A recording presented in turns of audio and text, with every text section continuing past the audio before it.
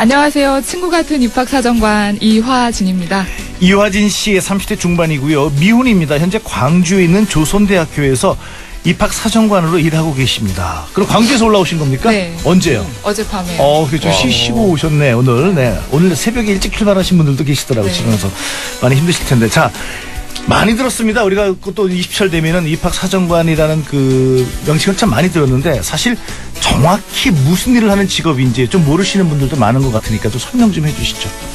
네, 입학사정관이라는 거에 대해서 얘기를 좀 드리면요. 네. 그러니까 저희가 대학을 가는 여러 가지 방법이 있잖아요. 일반 전형들이 뭐 수시도 있고 정시도 있고 뭐 특별 전형도 있잖아요. 네. 근데 최근에 들어서 입학사정관제라는 게 이게 도입이 된 거는 그러니까 지금까지 모든 일반 전형들은 학생을 10명을 뽑으면 네. 1등부터 10등까지 성적 순으로 10명을 뽑잖아요. 그렇죠. 근데 이제 입학사정관 전형은 물론 성적이 중요한 반영 요소이긴 하지만 성적 외에도 뭐 이렇게 적성이나 뭐 잠재력이나 이런 뭐 비교과 활동들 이런 것들을 통해서 지금 당장의 점수가 좋은 학생보다 훨씬 더 졸업 이후에 역량을 발휘할 수 있는 잠재력 있는 학생들을 뽑고 싶은 거죠. 네. 그러니까는 그 기준이 어떻게 됩니까? 그럼 뭐 한두 번 보고서 그거 알 수는 없잖아요. 네, 이제 뭐 그건 학교마다 좀 운영하는 거는 틀리는데요. 기본적으로 성적이 반영이 되고 이제 학생부라고 해서 비교과 영역에서 여러 가지 활동을 했던 것들 그것들이 자기가 지원했던 학과하고 얼마나 적합도가 있는지 뭐 이런 것들이 평가에 주된 기준이 되죠. 원래 이게 영미권에서는 굉장히 정착돼 있는 그런 그렇죠. 제도죠. 네. 오래전부터. 예. 그러니까 뭐 입학사정관의 역할이 굉장히 크겠네요. 그렇죠. 그래서 학생들 사이에서 그래요. 입학사정관이 뭐냐 했더니 입학시켜달라고 사정하면은 잘하고 사정하면 된다는 거예요. 그만큼 막강한 권력이야. 권력이 있는 설마요. 그러면은 그 학생이 이제 정원이 이제 정해져 있지 않습니까? 네. 그러면 비율이 어느 정도의 여유가 그쪽에서 입학사정관을 통해서 이렇게 합격시킬 수가 있습니까? 예를 들어서 만약에 100명 정원이다. 그러니까 정원의 10% 정도. 10% 정도. 네. 크다. 그네요. 괜찮다. 큰 거죠. 그럼요. 사정할 만하네요. 그러니까 가서 아주 무릎 꿇고 사정할게.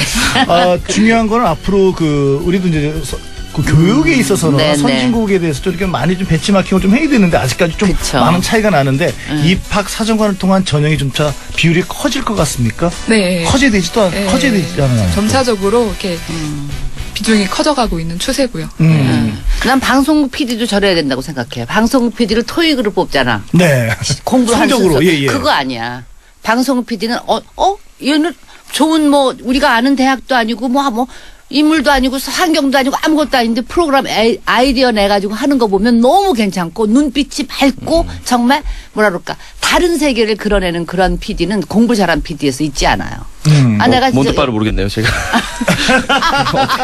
아니 진짜 그런 것 같아. 이렇게 꼭 좋은 학교 나와서 잘 공부해서 이렇게 뭐 신문에 무슨 뭐 몇 점 맞았던 나이 나온 그런 학생이 꼭 좋은 PD가 되지 않아요. 그거 맞아. 예. 이제 미국의 경우도 이제 저 고등학교 시절을 이제 보면은 우리는 그냥 뭐 시험 잘 보고 성적 순이잖아요. 그럼 네, 성적 순인데 거기는 아무리 100점을 맞아도 성적을 100점을 안 주는 거예요. 평소에 숙제를 그때 잘 해왔는지도 평가를 받고 그리고 우리 쉽게 얘기하면 예체능 시간이죠. 체육 시간이나 그런 봉사 활동도 좀 하고 봉사. 그런 체육 시간도 잘 하고 있는지 그리고 시험을 보는데 우리는 뭐 국영수 위주로 보지만 가끔 한 번씩은 저렇게 꼭 읽어야 될 책은 다음은 그 책에 대해서만 시험을 보니까 한 권을 읽고 와라. 그래서 토론도 하고 그 책에 대한 시험을 본다는 거예요. 그러니까 맞아요. 자동적으로 독서를 할 수밖에 없는 상황. 이런 모든 거를 다 본 다음에 대학교 들어갈 때 그걸 다 입학 사정관이 지금 이제 우리가 보는 것처럼 거기는 이미 전체적으로 다 보고 있다는 얘기죠. 그렇죠. 그러니까 그게 중요한 거라는 그쵸. 얘기예요. 바뀌어야 되겠네요. 그렇죠? 맞아. 점점. 네. 저희 우리나라의 어떤 입학 정책의 어떤 새로운 대안이라고 저는 감히 생각합니다. 그 나오셨으니까 하신 말씀 한 말씀 하세요. 네. 예, 그러니까 지금까지 저희 그 교육이 진학 중심의 어떤 그치, 교육이었잖아요. 그렇죠. 예, 근데 이제 입학 사정관제가 도입되면서 어떤 진로 중심의 교육으로 맞아요. 변화되고 있거든요. 올바른 방향이라고 생각하고요. 네. 예, 수험생들, 학부모님들 그렇게 학생들 잘 지도해 주셨으면 좋겠습니다. 참 맞아. 예전부터 있던 얘기인데 잘 안 되는 게 대학이 입학은 쉬워도 졸업이 어려워야 되는데 그쵸. 우리는 입학하면 그때부터 이제 언제 다 됐어. 잘 놀면. 자 소개팅, 미팅, 축제 바빠. 뭐 이런 얘기를 많이 엔간하면 하는데. 졸업시켜주죠. 뭐 형사 입건 되지 않는 한. 그러니까. 네. 근데 외국의 경우는 그죠. 졸업하기가 더 졸업하기가. 힘들어요. 그러니까 예, 대학교 예. 공부가 제일 어렵다는 얘기를 많이 하는데 이제 많이 바뀌겠죠. 맞아. 그런데 그 유명한 입학 사정관께서 어떻게 오셨나요? 국민 DJ에 도전하게 되셨는지요? 좀 긴데요. 길어. 짧게 말씀해 주세요. 네. 오늘은 제가 사정관이니까 짧게 말씀해 주세요. 저는 이제 제가 26쯤에 생각할 때 28에 그렇게 결혼이 하고 싶더라고요. 근데 지금 제가 30 중반이잖아요. 네. 그러니까 그 사이에 얼마나 결혼이 하고 싶었겠어요. 그래서 이제 많은 분들을 좀 만났죠. 네. 근데 제가 10명을 만났으면 그중에 한 7분이 저한테 목소리에 대해서 굉장히 칭찬을 하세요. 오. 칭찬했다고. 네, 근데 이제 그 중에 5분이 꼭 이렇게 얘기하세요. 화진 씨 목소리는 심야 라디오 방송 DJ 같다고. 그래서 제가 한두 번은 그냥 칭찬인가 보다 하고 들었는데 3번 되고 4번 되니까 아 진짜 그래? 내가 그래? 이런 생각이 들잖아요. 그래서 이제 뭐 이렇게 관심을 갖게 됐고 이제 그분들이 뭐 이렇게 저를 떠나가셨지만 저에게 이렇게 꿈과 희망을 주고 가셨네요. 그래서 국민 DJ의 여러 명의 목소리로. 여러 명의 남자친구들이 비록 떠나갔지만 힘과 그럼 꿈을 괜찮다. 주고. 헤어졌어도 좋네. 헤어져도 뭔가. 오네. 네. 어. 이 감사해요. 세상에서 가장 큰 인복이죠. 떠나가는 사람이 나한테 기운을 주고 힘을 주고 간다는 게. 그죠? 그러네요. 네. 예. 가수의 소개팅으로 인한 부작용이군요, 말하자면. 그리고 여기서 이제 정리해 드리니까 이상형을 말씀해 주세요. 방송 듣는 분들 많이 계실 텐데. 저 이상형 질문 좀 난감한데요. 네. 좀 잘 모르겠어요. 만날 때마다 이렇게 친구들이 항상 너무 틀린 거예요. 그래서 이렇게 어떤 일관된 이상형을 정의하기가 힘들어요. 그래요. 네. 참 이게 너무 흔한 질문이기도 해요. 이상형 뭐 사실은 근황이 그냥 어떤가 계획이 어떤가 자기가 이런 꽂히면 거. 이상형이에요, 이게. 그러니까요. 그런 뭔가 거 씌워야 꽂히면 되는 것 이상형이에요. 같아. 보면 알죠. 근데 아직 갈 때 안 됐나 봐. 보는 사람마다 다 다른 형이면 만일에 결혼했다고 그다음에 재혼하잖아요. 결혼하는 사람은 똑같은 사람하고 해. 꼭 비슷한. 그러더라고요, 주변에서 그 이상하게 꼭 그렇더라고요. 예. 저한테 희망을 안 주시네요. 갈 때가 아직도 많아요. 아직은 더 많이 만나보세요. 자, 일단 오늘 잘 한번 해보시고요. 자, 1번 도전자 친구 같은 입학 사정관 이화진 씨입니다. 친구 같다는 표현을 쓰네요. 수험생들 굉장히 어려워할 텐데. 자, 2번 진 씨입니다.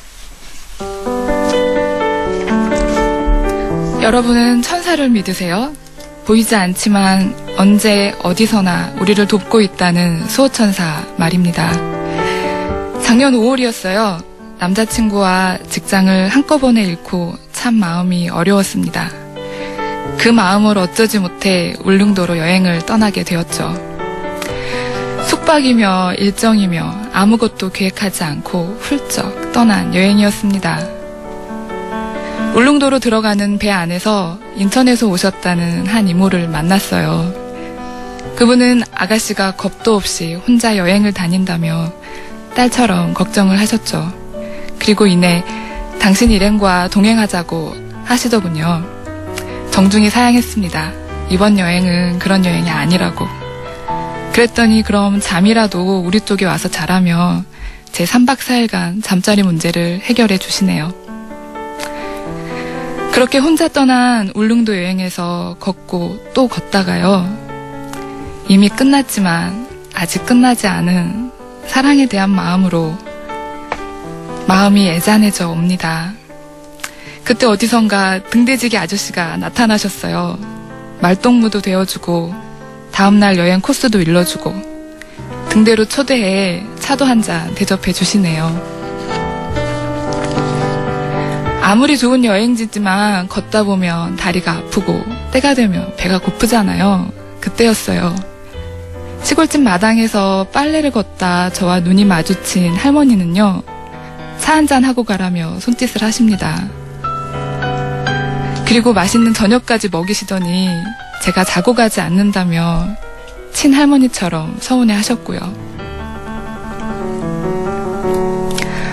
마치요. 정말 모두들 마치 내가 얼마나 쓴 마음으로 여기까지 왔는지 다 알고 있다는 듯이 그런 너를 위로하려고 우리가 벌써부터 여기서 널 기다리고 있었다는 듯이 그렇게 절 맞아주셨죠.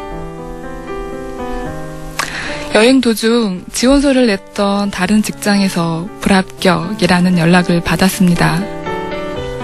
먹먹한 마음으로 한참을 마주했던 푸른 바다는 역시 아무 말 없이 제 마음의 이야기를 다 들어주었습니다. 마치 섬 전체가 나를 사랑하고 위로하고 어루만지는 것 같았습니다. 오늘처럼 햇살이 가지런히 비춰오는 5월이면 또 나의 삶이 나를 속이고 그래서 울고 싶어지는 그런 날이 되면요. 저는 천사와 마주했던 울릉도가 무척 가고 싶어집니다. 네. 얼마 전 저는 자전거를 한 대 장만했습니다. 정말 한참을 고민하고 망설이다 구입했죠. 자전거 한 대 사면서 무슨 고민을 그렇게 오래 했냐고요? 이유가 있습니다. 제 방 곳곳에 사용한 지 한 달도 안 되고 방치된 각종 운동 장비들 때문입니다. 첫 월급으로 큰맘 먹고 장만한 등산복은요, 마트 갈 때 입는 옷이 됐고요. 남자친구와 같이 치려고 장만했던 배드민턴 장비들은 헤어진 이후로 만져본 적이 없습니다. 하지만 어쨌거나 저는 또다시 자전거를 장만했습니다. 그리고 이사 온 지 1년이 다 되어가는 우리 동네에 이렇게 멋진 산책로가 있다는 거 처음 알았습니다. 누구랑 함께하는 운동이 아닌데 혼자 하는 운동도 이렇게 즐거울 수 있다는 거 처음 알았고요. 어쩌면 그동안 많은 운동들을 쉽게 포기하고 실증냈던 건 제 지구력 탓만은 아니었던 것 같아요. 그저 저에게 잘 맞는 운동을 이제야 발견한 건 아닌지 싶습니다. 올봄에 저에게 잘 맞는 자전거를 만난 것처럼요.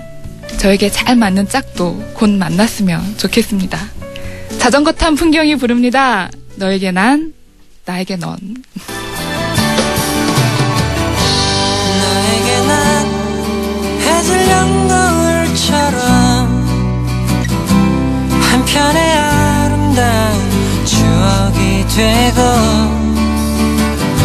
소중했던 우리 푸르던 날을 기억하며 후회 없이 그림처럼 남아주길